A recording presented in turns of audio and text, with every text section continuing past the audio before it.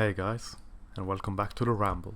I am your humble host, Moira Legier, and this is the goose that lays the petty squabbles. Deal with it. Forget about it. Don't give a fuck about it. The identity pundits are pining for relevance.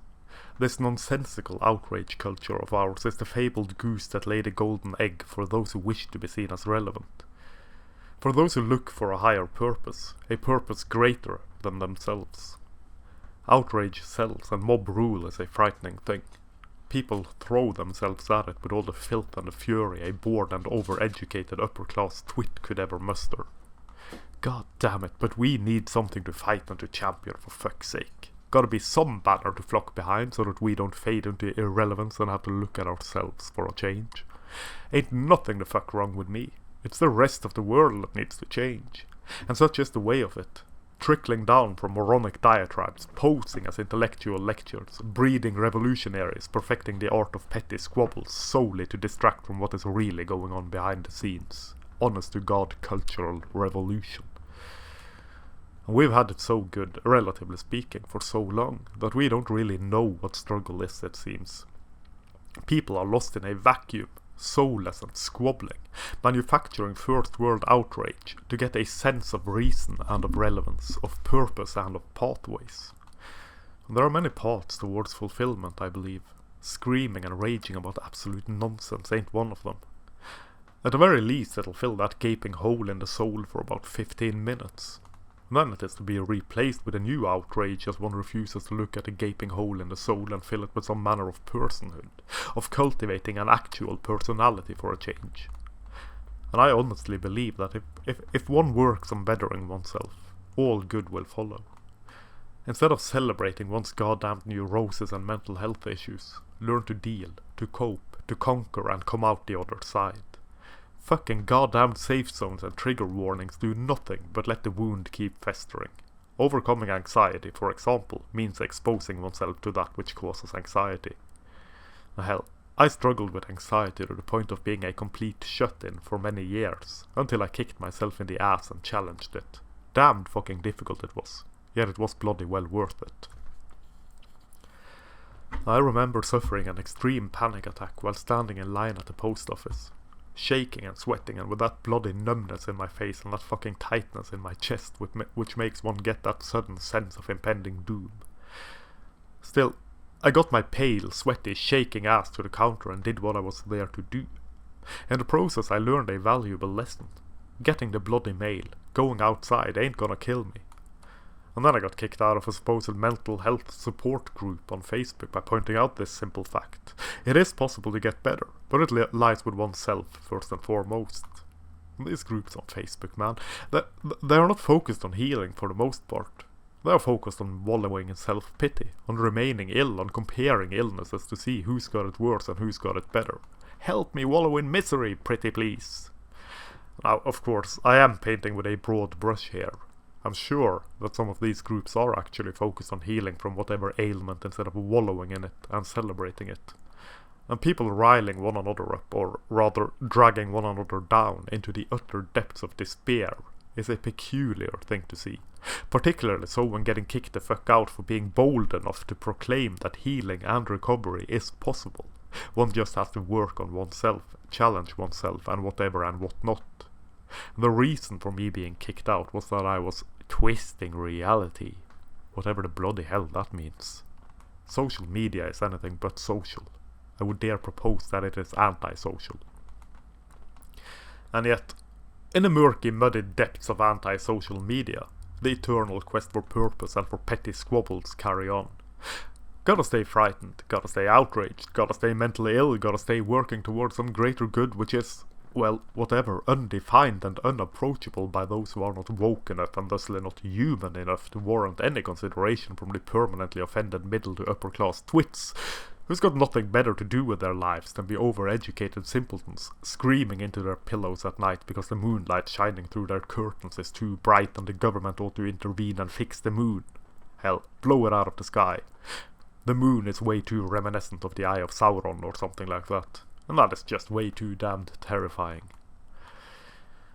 For lacking any real problems in life, for lacking any purpose, and in order to fill that gaping hole in the soul, the void left by unimaginative and soul-sucking boredom and vapid descent into complete and utter irrelevancy, the fantasy race of orcs are something to get professionally offended about. The supposedly horrible woman-hating slur Karen weren't enough of a non-issue to get up in arms over, unfortunately. That the whole non-issue of the Karen slur appears to be started by someone who considers all men to be subhuman scum that ought to be placed in concentration camps is of little relevance. Karen is more offensive than all that, which ought to tell one a whole hell of a lot about the world which we live in and how said world views men. But oh well, never mind and no matter, no mind and never matter. The first rule of this life is that men as a group may be subject to whatever the hell, and women as a group may not be subject to anything except pampering, provision and protection, which one assumes ultimately leads to either women being confined to their homes for their safety from the horrible men out there, or men being placed in concentration camps at worst or given a curfew at best, in order to protect the poor and frail whammons who see rapists and murderers behind every bare-bellied t-shirt and beer-quaffing blue-collared slob. It seems that the Karen outrage from the permanently offended and sneering Karens out there didn't get quite the traction the morons were hoping for. Instead, it achieved mockery and contempt, as it bloody well fucking should. Honk, bloody honk, you magnificent bastards. Honk, bloody honk. Now, let me talk to the fucking manager.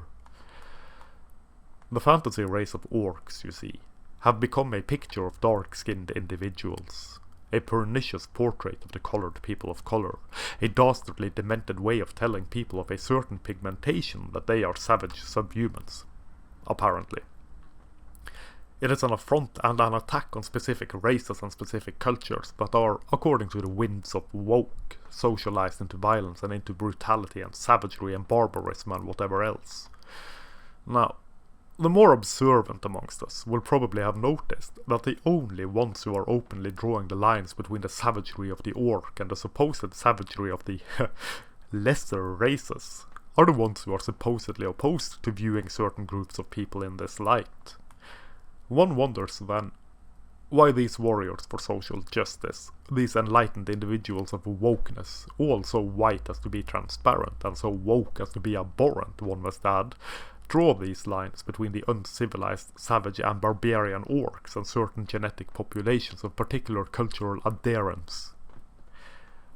One would not be amiss in stating, quite bluntly, that this reflects more on them than on anyone else engaged in pen and paper role-playing, or wherever else the orcs pop up as a terrible depiction of these genetic populations, these savage cultures where man-flesh is eternally on the menu. Feminism comes calling for man-flesh, one assumes. The age of men is over. Tonight, they'll taste man-flesh. Gobble, gobble. Can you taste the bitter fucking irony and sarcasm bleeding from my sweaty palms and hissy fit throwing fingers? I'm pissed right the fuck off. Well, no, that is not true in the least. I am disappointed. Very, very disappointed in a culture that has gone so far off the deep end as this. For fuck's sake, people, get a fucking goddamned grip. Of course, one assumes that these people have such terrible weakness in their hands that they can barely get a grip on their luxurious vitamin water or Starbucks coffee or whatever it is that the cool kids are drinking these days. Men will always be needed, if not for anything else but get the lid off the pickle jar. Ho ho, shots were fired. I predict future articles about women being very capable of getting the lid off the pickle jar, thank you very much, and we are strong independent fish that don't need no man-handed bicycles. Not with these new kinds of lids, and especially not with these strange tools manufactured simply to make it easier to remove the lids from the pickle jar. Come to think of it, I predict future articles in which it is stated that the lids of the pickle jars are sexist. That seems to be the more likely outcome of the coming pickle jar controversy. Wouldn't surprise me. Shit. Nothing surprises me anymore. Orcs, as they were created by Tolkien back in the fabled days of yore, are aspects of humanity, just as much as all the other races of middle fucking Earth are aspects of humanity. Allegories of certain traits of the mental makeup of the human fucking race. Certain traits, not certain races. See, they were elves once, or, well, that is one possible origin story. Tolkien, it seems, had a few to go around. And then they got ruined, tortured, and malformed by the big meanie Morgoth. Damaged beyond compare, they are now broken and ruined. An image, perhaps, of what happens to people who are exposed to the atrocities of war and come home damaged beyond repair. Written by someone who had experienced war and the outcome of war. But no, of course. To the outraged outrage mob who dwell in the shades of simplistic duality where all is black or white, they are a certain genetic population, depictions of certain cultures which they themselves have decided are savage. None but these people who are offended on behalf of other people see this and get up in arms about this. They gobble the golden egg of outrage so much that they have nothing else to poop but remnants of failed outrage. They defecate outrage from every orifice.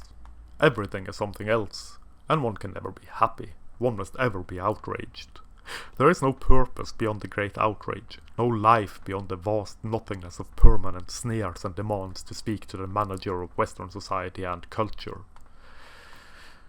Add the postmodern deconstructionism or whatever else fancy jargon and piss-pot philosophy they lay on it to the mix, and you've got people saying that the intent of the author don't matter, the intent of whatever don't matter, because it all depends on the eye of the beholder, not on that which is beholden. Objective reality don't exist. It is all subjective, which is, of course, self-defeating when taken to its logical conclusion, but that don't matter much in the grand scheme and schism of things, because consistency don't matter, winning and whining does. At the end of the day, it comes down to power and to control. They don't like this or that or the other, and so it must be banned, censored and cancelled for the convenience of the new, sterile and synthetic dawn. Out with the old and in with the new. All that is old must go, and all that is new must be embraced. All must change according to their whims and fanatical fancy. For their progressively woke utopia, their woke-topia, depends on uniformity of thought, of speech, of opinion and of habit. And we can't have that without banning everything that goes against that, however much or little it goes against that, however imagined or however manufactured. It's just gotta go because it hurts their feelings that people are disagreeing. It hurts their fifis that someone might not want to bend the knee and bow their necks to the guillotine of social justice and the cult of woke. Deal with it. Forget about it. Don't give a fuck about it. Let them fade away, floating out to sea on their own imbecility. Sooner or later, the bombs will drop and the tides will turn and this outrage culture will fall flat on its permanently offended Karen snarl. I hope. And that, I think, is that for this ramble. I hope you enjoyed it more than my previous ramblings. Thank you very much for listening. Please check out the links down below. Like, share, subscribe and all that other fancy stuff. And I'll catch you next time. As always, this is Muriel signing off.